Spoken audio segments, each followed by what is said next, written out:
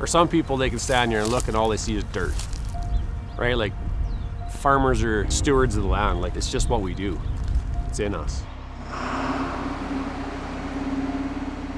have a gratitude, a debt towards my dad, my uncles, my grandparents, everybody that came before me to be able to have this opportunity to do this.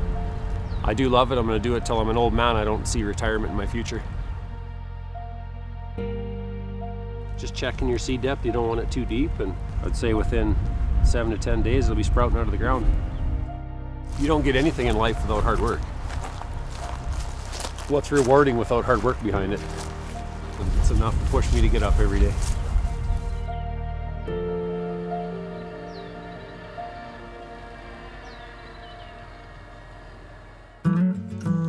There is rattlesnakes down here too, Dave. Oh, sorry, I'm just being honest. These things scare me, man.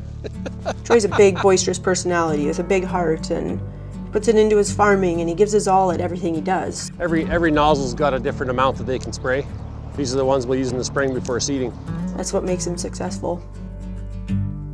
I started right from the start. It's all I ever wanted to do. I actually had to get pretty much forced to go to college. I actually wrote my exams early so I could get back home on the tractor that spring. I don't know many kids that do that. They want to finish out their college exams and then head to the bar. And I wrote mine early and got right on the tractor, yeah. I farm dry land farming. I farm cereals, oil seeds, and pulses, mainly.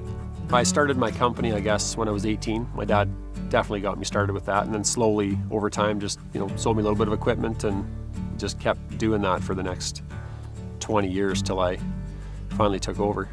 This is where we grew up. It's kind of the same way I wanted to raise my own kids. We had kind of more of the outdoors. Ready, one. Well, don't bounce too high. So I got 3 daughters. We make fun out of anything we do. It just seems like there's always laughter and goofing around, and just enjoyed as much time together as you can. I mean, I'm not saying we're joined at the hip, but... Oh! You okay? Dad's hand hit the ground. We kind of are joined at the hip. Troy's a very warm, loving person, and he needs relationship and physical touch to feel good. And that's how he's raised his own family, is that way. Just lots of love and affection and laughter. And Lindy, she's an absolute rock, but she won't listen to me. But yeah, no, she's a rock for sure. that's my mom's recipe. This is my grandma's recipe. This is passed down 3 generations now. Well, 4 to my girls. So they're tried and true old recipes. Her portion of this is as important as everything else. Make sure those are on. And I would give 80% of the credit to my wife for the foundation that we have. I know the man is supposed to be the leader in the household. I would say that she took on that role. She was, she was there with them through those times, and she laid that foundation, and I'm the one that's getting to reap the rewards now. Hi, Cam. Huh? I know. How are ya? Are you good? Started riding with my dad since I was little. Mom would take us when we were babies, and then she drove grain cart once in a while, so we'd always go in there with her, do coloring and have little naps. And then 14, I think, or 15, I started rock picking. Around 16, combine, started driving that. And then I started rolling when I was 17 or 18, just out of school. This is yours. Okay. Welcome. See you tonight. Okay. It's not that I don't deserve some of the credit with her, but she led it, just made family priority. You're kind of making some dust, Cameron. I want to say that I put my family first, but I think a lot of the time, the work almost came first in the busy seasons. And it wasn't until I got older and thought, these kids are going to turn 18, they're going to graduate, they're going to be gone. I just said, I'm never going to screw anything up or do something to wreck that. I'm going to keep it.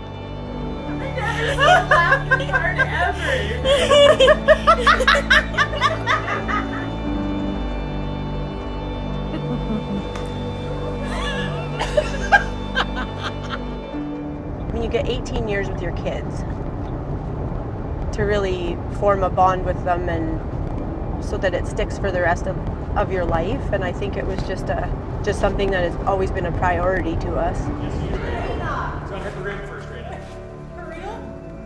When I started dating Lindy, her family welcomed me with open arms. From her mother to her siblings, they just treated me like family. This is him and my mom They've been close since day one. We're butchering pigs here, but he's... They gave me a real sense of what I wanted as far as raising my family as I went on. I mean, I didn't realize it right then. It was just, at 17 years old, like, well, this is awesome. And then you get married and you see their marriage and just the kids and how everybody in the whole family is. It was inspirational. It was just good inspiration to try to emulate what they had. Oh, yeah. Ted. We're going through the whole game. Cut! Where's lunch?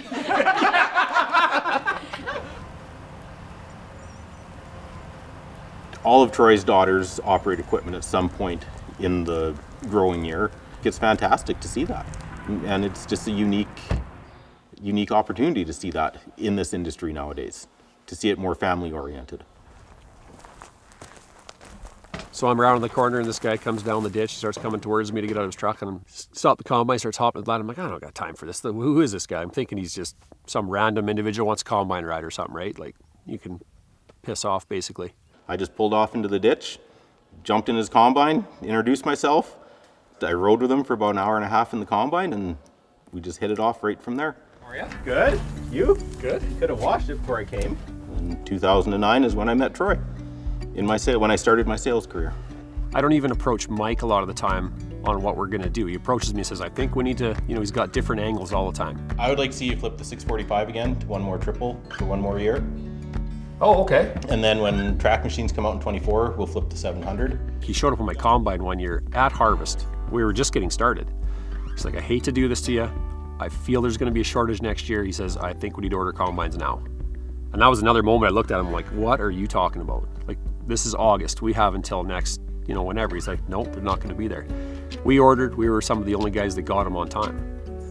He's looking ahead, he's forward thinking all the time. And I think because of that, I trust him with it. 5 coming at the end of this year, and then order you another track machine. The fine tuning of the dollars and cents at the end isn't even the most important part that we're doing, because he is so fair with me anyways. There's much more important things that we're dealing with than that.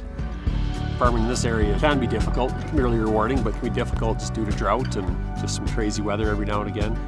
New Holland equipment fits well anywhere. Guys use them up north just for the tougher conditions too, so I think they can really adapt just about to any conditions that they're in.